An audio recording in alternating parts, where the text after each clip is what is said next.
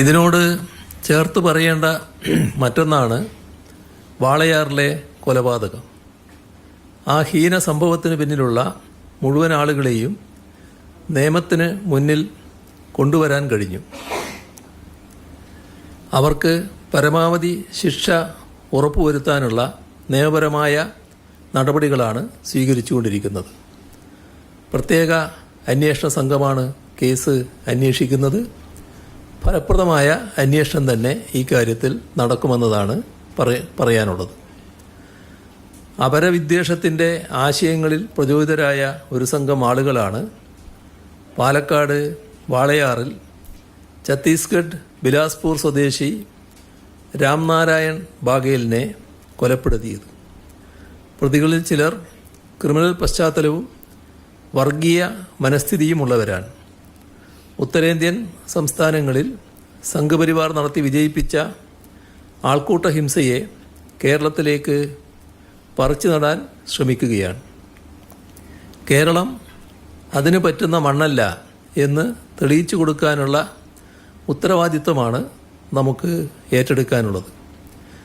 ബംഗ്ലാദേശി കുടിയേറ്റക്കാരൻ എന്ന് കൊല്ലപ്പെട്ട ചെറുപ്പക്കാരനെ ചാപ്പ കുത്തുകയും ചെയ്തു.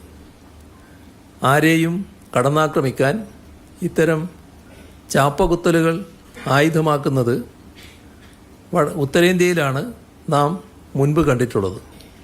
അത് കേരളത്തിലേക്ക് വ്യാപിപ്പിക്കാമെന്നത് സംഘപരിവാറിൻ്റെ സ്വപ്നമാകാം.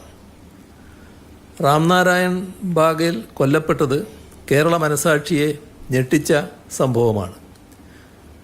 കുടുംബത്തെ സംരക്ഷിക്കാനാണ് ആ ചെറുപ്പക്കാരൻ ഛത്തീസ്ഗഡിൽ നിന്ന് ഇവിടെ എത്തിയത്. 2 കുഞ്ഞുങ്ങളും അമ്മയും ഭാര്യയും അടങ്ങുന്ന കുടുംബം. ബാഗേൽ കൊല്ലപ്പെട്ടതോടെ ആശ്രയമില്ലാത്തവരായി. ആ കുടുംബത്തിന് മുഖ്യമന്ത്രിയുടെ ദുരിതാശ്വാസ നിധിയിൽ നിന്ന് 30 ലക്ഷം രൂപ ധനസഹായം അനുവദിക്കാൻ ഇന്ന് ചേർന്ന മന്ത്രിസഭാ യോഗം തീരുമാനിച്ചു. ഭാര്യയ്ക്കും അമ്മയ്ക്കും 5 ലക്ഷം രൂപ വീതവും 2 മക്കൾക്ക് 10 ലക്ഷം രൂപ വീതവുമാണ് നൽകുക.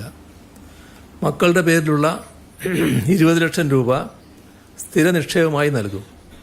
അതിൽ നിന്ന് ലഭിക്കുന്ന പലിശ മക്കളുടെ കാര്യങ്ങൾക്ക് ഉപയോഗിക്കാൻ അമ്മയ്ക്ക് നൽകാനും തീരുമാനിച്ചു.